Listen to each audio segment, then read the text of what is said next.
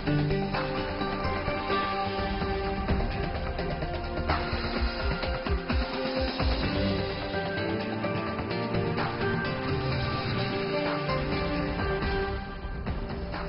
and welcome to World Insight with me, Tian Wei, coming to you live from Beijing on CGTN. Coming up on today's program, Chinese Foreign Minister Wang Yi meets with his DPRK counterpart and the country's top leader on a visit to Pyongyang. Could this be the diplomatic boost needed for progress in the anticipated DPRK-US summit?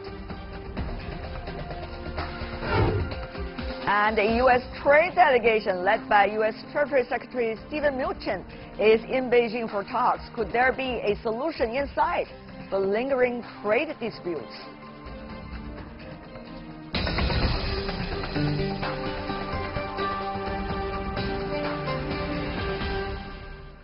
You're watching World Insight. I'm Tian Wei. We begin our show today in Pyongyang, North Korea, where Chinese State Councilor and Foreign Minister Wang Yi met with DPRK leader Kim Jong-un on Thursday. Wang is the highest-ranking Chinese official to travel to the DPRK in more than 10 years. Take a look at this. Things are changing on the Korean peninsula. The Chinese Foreign Minister Wang Yi is wrapping up his two-day visit to Pyongyang. His trip comes at the invitation of his counterpart, Ri Yong-ho. The two foreign ministers met on Wednesday. On Thursday, Wang met with the DPRK leader Kim Jong-un and expressed hope that last week's inter-Korean summit brings the peninsula closer to a political solution. Wang also said China would support the DPRK's goal to denuclearize as well as efforts to grow the economy. Kim Jong-un said denuclearization is the country's ultimate goal, and he thanked China for efforts to achieve peace and stability on the peninsula. China has always insisted on the denuclearized Korean peninsula in order to maintain peace and stability in the region. We have always insisted on finding a solution that responds to the appropriate concerns of all relevant parties through dialogue and negotiation. Meanwhile, both the DPRK and South Korea have started removing propaganda loudspeakers from the border in line with the Panmunjom declaration signed by the two leaders in the summit. Weeks before the summit, Chinese President Xi Jinping met with DPRK leader Kim Jong-un in Beijing and agreed on a number of issues. China hopes the upcoming dialogue between the DPRK and the U.S. will be smooth and achieve substantial progress. And we are doing things that are good. I think we'll have a meeting over the next 3 or 4 weeks. It's going to be a very important meeting. The denuclearization of the Korean peninsula of North Korea. President Trump suggested the Peace House in the demilitarized zone could be a site for his meeting with Kim. As he prepares for the meeting, he has hinted in a tweet that 3 Americans detained in the DPRK might be freed. It's a show of goodwill leading up to the anticipated talks between Kim and Trump.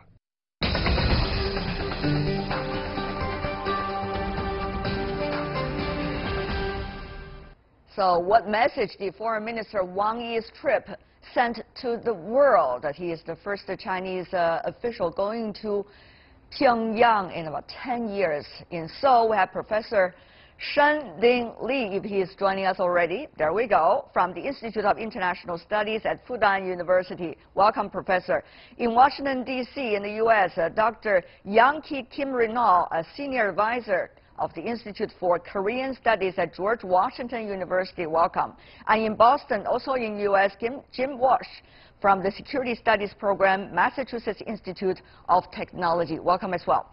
Let me begin with you, Professor Shen. Chinese State Councilor, Foreign Minister Wang in Pyongyang. Here's what he said. He said DPRK is committed during his trip this time to denuclearization. He also talks about China's constructive role in making sure of this process. What is likely to be China's role, Professor Shen? Well, at the beginning, we work with international community to press DPRK to feel pain. Therefore, it would have the pressure to decide to abandon nuclear weapon. But people don't know how to abandon. And this can be tricky, can be challenging. China say, I'm going to be a part of the international process, not only to force DPRK to abandon, but also to nurture this will be a successful, fruitful, constructive process. So I'm going to be there.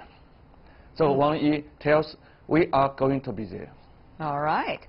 Mr. Walsh, the United States has not committed to anything yet about how a process of negotiation and discussion could begin. Well, DPRK, at least rhetorically, has been suggesting about how it would begin, at least by, quote, complete denuclearization on the Korean Peninsula, end of quote. So, Mr. Walsh, is the U.S. going to offer anything, at least rhetorically or verbally? Well, Tian, yes, and you're right to point out this has been a very unusual process we've seen. Most of the time, when you have a negotiation like this, the parties sit down at the negotiating table, and that's where they make their proposals, that they want this or they're willing to give up that. What we've had in this case, however, has been quite different. North Korea, on I'd say maybe 4 or 5 different occasions, has offered up proposals in advance of the negotiations. The U.S. isn't obliged to respond to them. I think the DPRK is basically trying to set up the table, trying to create a good atmosphere, thus the reference perhaps to the release of U.S. detainees that could be happening any day now. I think it's making these gestures because it wants the summit to go well, but it all depends, as you rightly point out, on how you define denuclearization, and that's really going to be what the substance of the conversations are at the negotiating table. Who does what, when, and when are we going to complete this task? And I would point out finally that denuclearization is very important, ultimate goal here, but there are other goals that people don't talk about. The fact that the parties are talking in and of itself helps reduce the risk of accidental war. So I think there's some good things happening in addition to the fact that they're going to talk about denuclearization. After all these celebration of possible messages, I guess we need to get down to business. Dr. Kim Renaud, before the U.S. DPRK summit is to take place, there's likely, coming from South Korea, the latest message is high-level inter-Korean talks, likely to focus on some of the details building up to the DPRK-US summit, and likely to focus on some of the possible steps about drawing up this roadmap about so-called denuclearization. Can we expect anything specific? Well, the process should be, I guess, not radical, but slow. But I think it's already a wonderful start because they have recognized each other as kind of a dialoguable friends. And this is a real change from the state, I mean, what we have been undergoing for a long time. So, first of all, when people say denuclearization, that means North Korea is kind of recognized as a nuclear state. And I think with that kind of confidence, they are ready to really talk on the same term. And they have already started not to do unnecessarily provocative name-calling and broadcast and so forth. So this is really a very, very productive process, in my opinion. And all right. Professor Shen, it seems, after my direct questions to the other guests, whether it is about inter-Korean talks or it's about DPRK-US summit, neither of the two guests will be able to come up with any possible concrete steps taken by two sides about so-called a roadmap of denuclearization. So I have to come to you, Professor Shen, from China. You said earlier, China is interested in making sure this would happen and in helping to draw up this plan. But Professor Shen, exactly how? Today, Professor Shen, the Foreign Minister State Councilor Yang Wang Yi, rather, talking about two things China is going to do. Making sure China will play a role in the economic development that the DPRK has pledged for its own future. Secondly, in the security guarantee that DPRK is seeking about its future. So exactly what's going to be the role of China in these two areas? Professor Shen.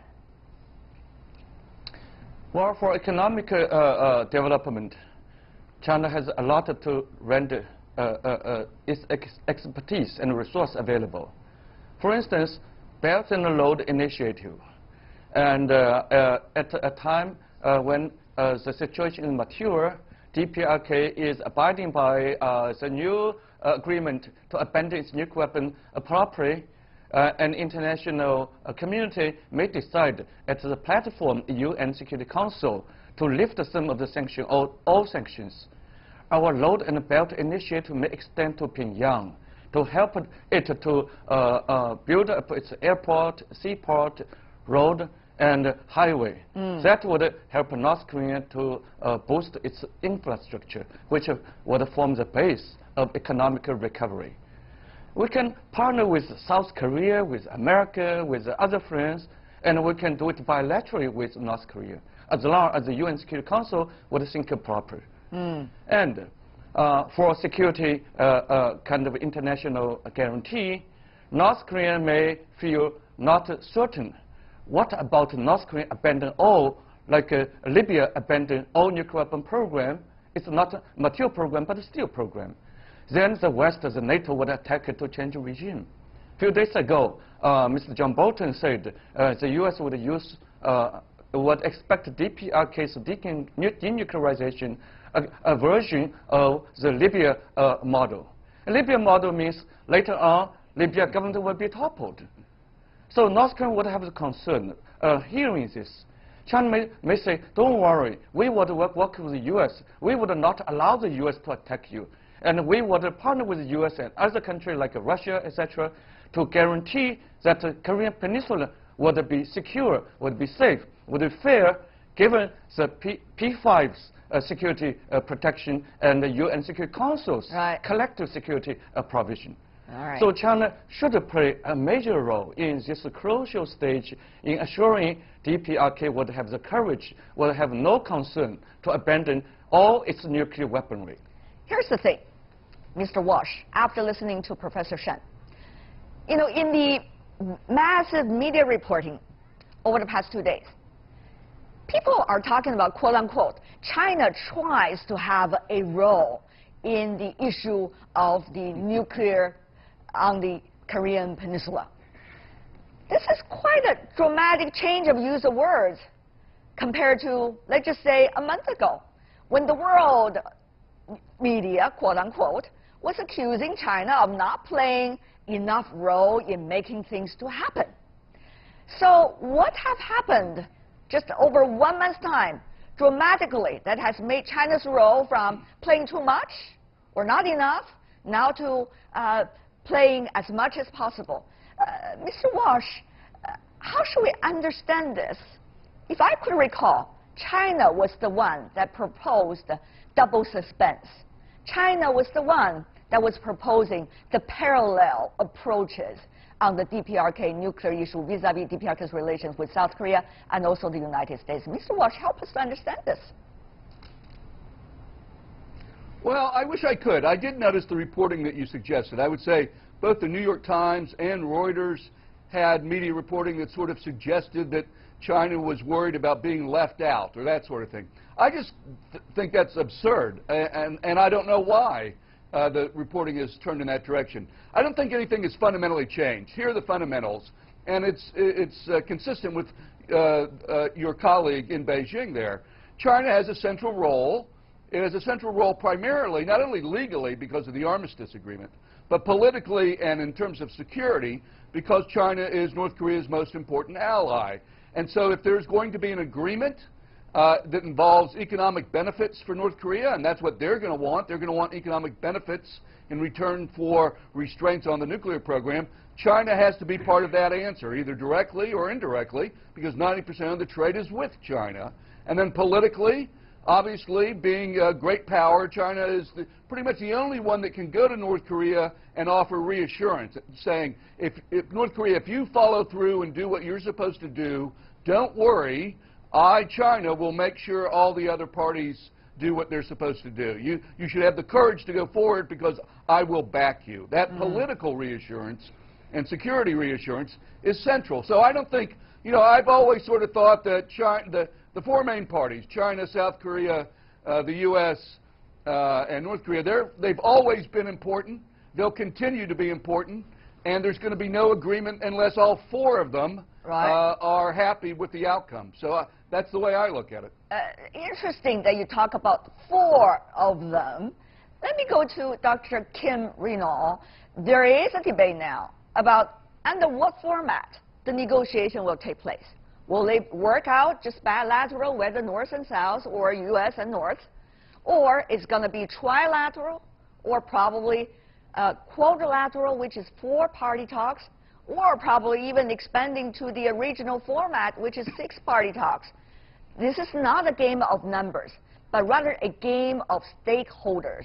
And how will they work, and what will be their role? Dr. Kim Renault, at this point, when Chinese State Councilor and Foreign Minister Wang Yi visited Pyongyang, what do you think will be the format for the future? Well, I think it should be the most significant aspect of this development is the two Koreas began talk to each other, and then started with a notion they have very strong blood relations, which should be the cause for really to seek peace and resolve whatever conflict they have been under. So I think this has been a very interesting development to the whole world, and that wouldn't hold unless we sort of are recognized worldwide as something significant as, as it has been. But Dr. Kim Renault, I do have an immediate follow-up question for you. Just let me give you an example. Yes. If you say, let the two Koreas work it out, there's already one issue. The U.S. should have its military still there in South Korea or not. North Korea said, you know, if we have denuclearization, we have peace treaty, why do we need so-called American troops in South Korea? Then the South Koreans are saying, well, in order to maintain that ally relationship with the United States and have security guarantee for South Korea, the U.S. troops cannot go. So already one issue there that the North and the South on their own would not be able to resolve, I'm afraid. Dr. Kim Renault. Right. Of course, they cannot resolve only by themselves, because this is really not just a Korean Peninsula issue, because this is a last place where the Cold War still continues. And in that sense, it is a world affair, not just Korean Peninsula affair. And that China and the other big countries surrounding Korea should all be involved is just the most natural thing. All right. Professor Shen, under what format do you think, sir, things should take place that would make things happen in the most efficient and positive way? Well, I think with the improvement of inter-Korean relations, North Korea may be more confident to abandon its nuclear weapon over time. And this would also help South Korea to build its confidence of national security. Given this situation, South Korea would feel less threat. Russia is not going to invade South Korea, and China are strategic partner of South Korea. China and South Korea have problem over THAAD, but THAAD is a U.S.-South Korean response to North Korea's nuclear and missile development. if North Korea would abandon nuclear weapon, abandon ICBM, and over time would curtail its short-range ballistic missile, really the U.S. would have less justification to stay in Korean Peninsula.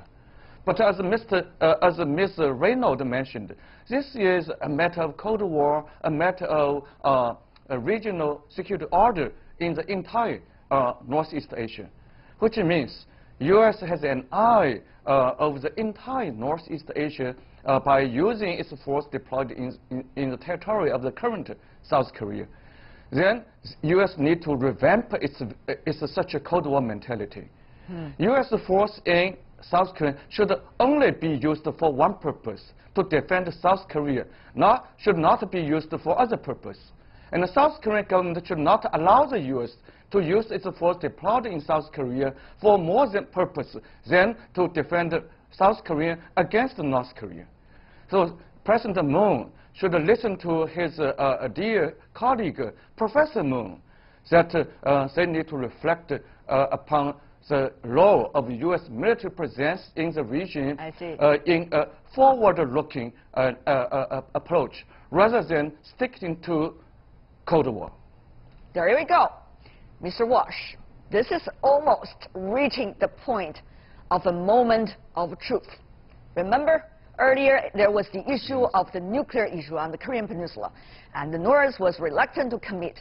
Now there is willingness coming from North, Pyongyang, to commit denuclearization. Now, it is a test for all parties as to what they are really having in mind when it comes to the agenda of the region. Mr. Wash, what is your observation in that regard? Show the cards. Well, I'll say this. Most of my colleagues are skeptical. Most of my security colleagues in the United States are skeptical that Kim wants to give up his nuclear weapons, and I think that this is just a stratagem on the part of North Korea to get what it wants and to divide the U.S. and South Korea. That is the majority view here in the U.S., I think. My own view is somewhat different. My own view is we don't know. We need to test this proposition. We won't know until the parties sit down at the negotiating table who is really serious about what. But I will say this. While we haven't started the negotiations yet, so we don't know the answer to that question, you have to say that based on the actions and words so far, it's pretty clear that all the parties want the U.S.-North Korea summit to go well. North Korea and South Korea are bending over backwards with announcements and ideas with the hope that this summit will go well. So certainly the North Koreans are committed to a positive summit. Maybe that means they're committed to denuclearization. Maybe it means not that. But I'm looking forward. You're right. It will be a momentous time in Korean history when they have that summit. Anything could happen. But I'll disagree with my colleagues and say one of this could go somewhere. We should not prejudge it and expect it to fail. We should encourage the parties to have this momentum, and then hopefully something positive will come, but we're not quite there yet. They have to still sit down and talk. That's when the hard work begins. We're already getting hyper excited before even a draft of the roadmap could ever come out. But before we go, every one of you have 10 seconds. What is likely to be the thing you are going to watch most closely to judge where the momentum is? Professor Shen, you go first. 10 seconds. Well, for the upcoming Trump and Kim Jong-un meeting, I hope they would work genuinely with a mutual compromise for action for action. Not DPRK would do CVID in a lump sum, and the U.S. would do nothing. That would make North Korea reluctant to cooperate. They should make a cooperation, rather than one side wins all and the other side would lose all. I hope the two leaders would show their leadership. Show their leadership.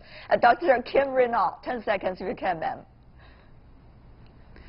I hope the two leaders will approach the negotiation table with a true sense of sincerity, a very important word in Korea, culturally and historically.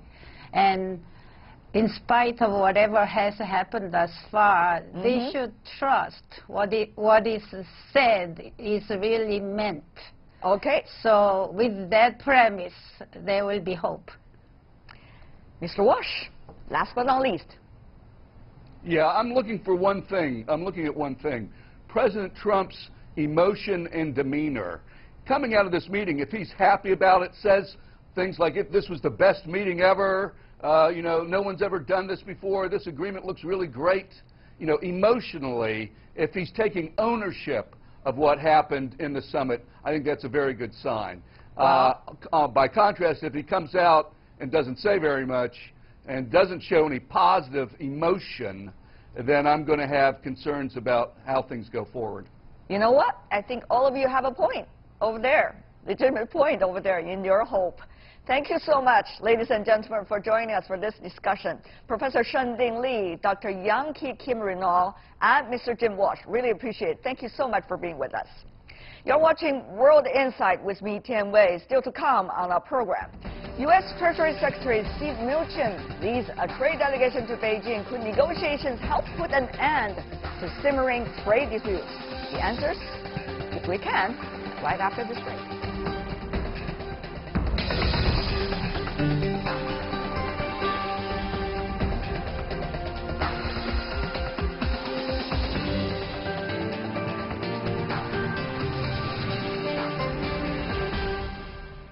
This is World Insight. I'm Tian Wei. You're watching our program Monday to Friday on CGTN.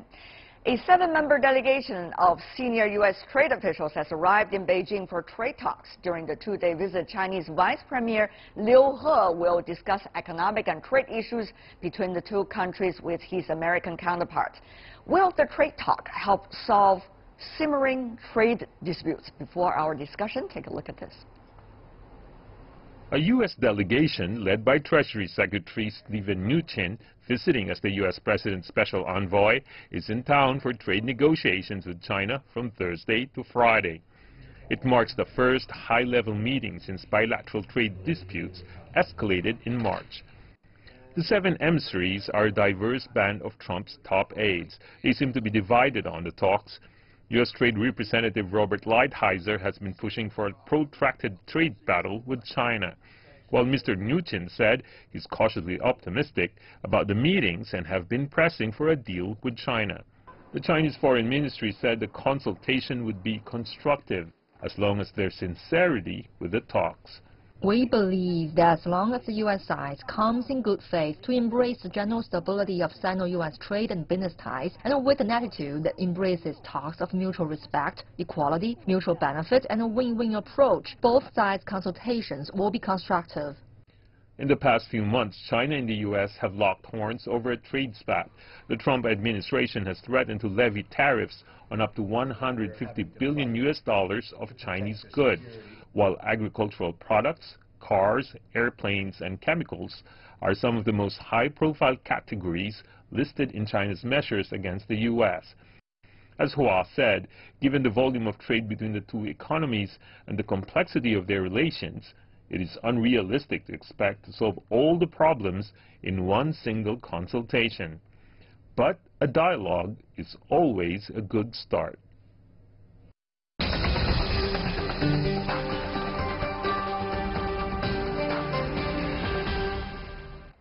So what could come out from the trade talks? With us here in Beijing, Huo Deming, a professor from the National School of Development at Peking University. Welcome, Professor. Yes, Tian Wei. Good to see you. Joining us in Washington, D.C., U.S., Jacob Kirkgaard, Senior Fellow of the Peterson Institute for International Economics. Welcome as well.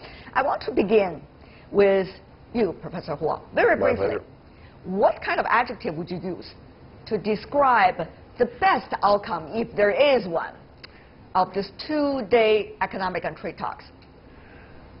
I'll be very, very cautious, to be honest, because at this moment, everything could happen. So cautious is the word. Is the word. What about you, Kirkgaard? Mr. Kirkgaard?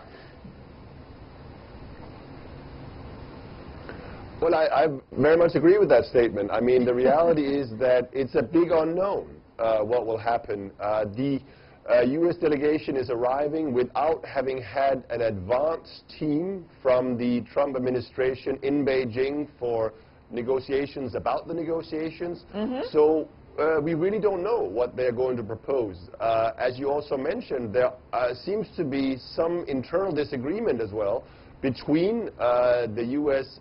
trade representative and, on some issues at least, and the Treasury Secretary. So what the opening gambit, if so to speak, by the Trump team will be, I think, is anybody's guess. Okay, Professor Huo, here in Beijing, the question to you, we do not have any sense about whether a momentum within the delegation itself is ever reached before it come here, because we see different voices regarding different members of this delegation, their history of dealing with China, their history of propositions of dealing with China. Professor Huo, how should we understand this very mixed messages? Well, there are mixed messages, of course, within the delegations, but I don't think there's a mixed message from Donald Trump. I remember from his tweet, level playing field. If this is the boss, this is what the boss is saying, instructing his man, his delegation, to do whatever that means. And of course, I would like to know that what the level playing field to say, the United States or even to China. Well, when the U.S. delegation is trying to make this trip, in a tweet, the U.S. president was, quote, optimistic about the upcoming negotiation, looking forward to a good relationship with China's president. Here's what he's trying to say in that quote. Having said that, though, Mr. Trump sometimes sends mixed messages through his tweets as well. So, Mr. Kirkegaard, what about that mixture of identity coming from different members of this delegation? They seem to have very different backgrounds in beliefs dealing with China. Yeah, I mean, there's no doubt that the Treasury Secretary and certainly the staff at the U.S. Treasury, which only a few weeks ago issued another of their biannual currency reports without, in a non-confrontational way, they didn't single out China in any way, is a very stark contrast to someone like, for instance, Peter Navarro, who clearly has a long history of, frankly, in my opinion, very strong anti-Chinese bias. And some of the comments coming from the Robert Lighthizer has also, in my opinion, shown that he is, frankly, eager for a trade showdown with China. Where precisely the president stands, sometimes he talks about, well, if we could only have an agreement to reduce the bilateral deficit by $100 billion, then that's a deal. Sometimes he talks about, as was mentioned, the level playing field and a lot of issues surrounding IPRs. So what is victory, or what is success for Donald Trump is very, very unclear. To me, more interesting is not who is going to be the winner or the loser, because it is very hard to figure it out in a trade dispute, I guess. But rather, Professor Huo, if I could pose that question to you, what about this round of talk for the general trend of what is going on between China and the United States? Will this talk, this time, 2 days, help us to understand how any of the two sides are likely to deal with each other and the general nature of this relationship? As I said before, cautious is the word. So whatever happened for this next 24 or 48 hours, it's going to be a prolonged, I believe, a prolonged talk. And I hope that talk will end, will not end in a very, very hasty manner. In a hasty manner, it's not going to work. But as long as we're talking, so the war, trade war, and that terrible word will never happen. So remember that. We could have a very, very long talk, a year or more than a year. But cautious is what both sides need. And also level playing fields. I think that's what Donald Trump has said. The China side needs to come up with something. Okay. It's not useful to have a rhetoric war, certainly, not mention a real trade war. But Mr. Kirkegaard, let me ask you about this. What could be some of the things that can be done from both sides to make sure things would happen in the positive direction, that the other party could also have the space to accept? That is when a consensus can be reached. That is when a solution is possible. What is your opinion? Well, I mean, I think, first of all, as was just mentioned by the professor, that having a regularized dialogue would be a good starting point. And in some ways, I think we could see the visit of this delegation really as a sort of restart of the prior strategic and economic dialogue that was a formalized, regular discussion between the Obama and the Bush administrations and the Chinese government. This has the potential to develop into that. So the first thing you need to do is to talk about the issues. Secondly, and I think Donald Trump has mentioned this, you know, one thing that the Chinese government could, in my opinion, do relatively easily was to initiate a, if you like, managed trade. That you simply buy more American Boeing airplanes and other types of big-ticket items to reduce the bilateral trade deficit. Okay. That, in my opinion, will go quite a long way, potentially, to lower a lot of the political animosity within the Trump administration towards China. Professor Huo, how many planes does China need? How many more planes can China buy within 1 year to correct that trade deficit? Is there other proposal? Can U.S. sell us maybe high-tech products? Could that be an option to you?